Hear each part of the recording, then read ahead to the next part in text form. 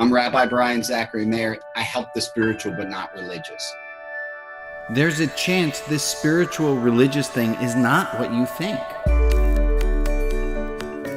You get to choose who you are in this world, and that's enough, and that's awesome. The less you believe everything you think, the better. I'm ready, you're ready, let's dive in.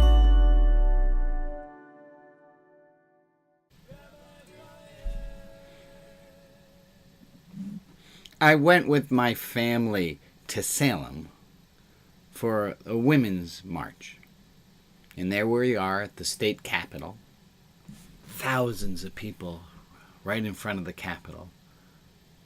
And across the street, there's a man with a little microphone, and he's preaching that we're all sinners and going to die, and God will be angry at us.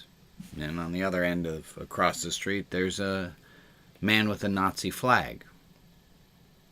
I knew I wanted to go over and talk to them. Jane watched as somebody went over to the man with the Nazi flag and shoved him to the ground.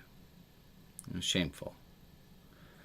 I walked over to the preacher, and as I'm walking over, I hear him say, "There's not even a preacher here besides me." So I saw that as my entrance. And I said, "Brother, you're not the only preacher here." And he moved the little microphone up from his mouth so that he and I were talking man to man.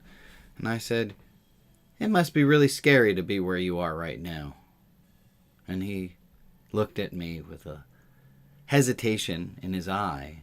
I said, "It is scary. This is not what I'd like to be doing, but it's what I need to be doing." I said, "Can I help?" He said, "Would you pray with me?" I said, "I would be glad to." And I'm trying to think of what prayer I would say.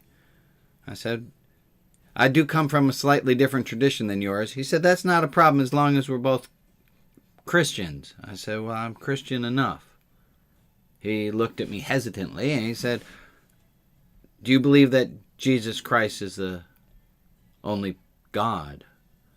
And I said, "I believe Jesus Christ is the only true God, and so am I, and so are you." He flipped his microphone back down and started preaching, "We are not gods." I said, "Brother, I'm going to pray with you. I'd like to pray with you." He said, "You are not my brother." I said, "You might want to check your Bible again, but I sure am."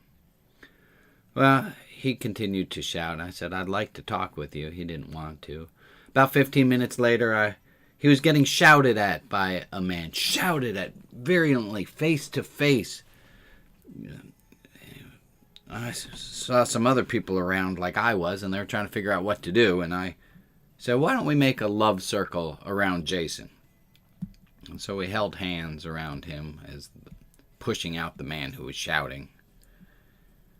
A little bit later, I saw Jason walking off, looked like he was being escorted by some police. And I said, I ran over to him. I ran up. I said, "I hope you're not feeling like you were thrown out of here." He said, "No." And he had met my eyes. Beautiful, beautiful soul. And he said, "I'm just done. I can't do this. I don't even like doing this. I'm a shy man."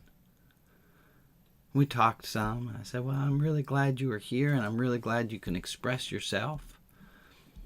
He said, "Look me up on the internet, Oregon Jesus Preacher." I said, "I will." And the car ride home, I looked him up, and I seen that at other protests he's been knocked unconscious. That's unconscionable to me. How can you fight hate with hate? It just doesn't make any sense.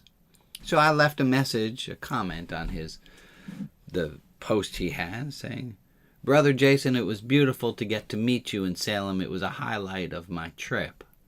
And he hearted my comment, and he said, "I looked at what you put up on the web, and I think you have some interesting things." And well, that's it. And that's the end of the story. And please, I'm going to ask you, I don't say this story to be bragging, to tell you, be like me. But be like me. Be like the peacemakers. Be like those who do not fight violence with violence. Find some common humanity. Talk with the people.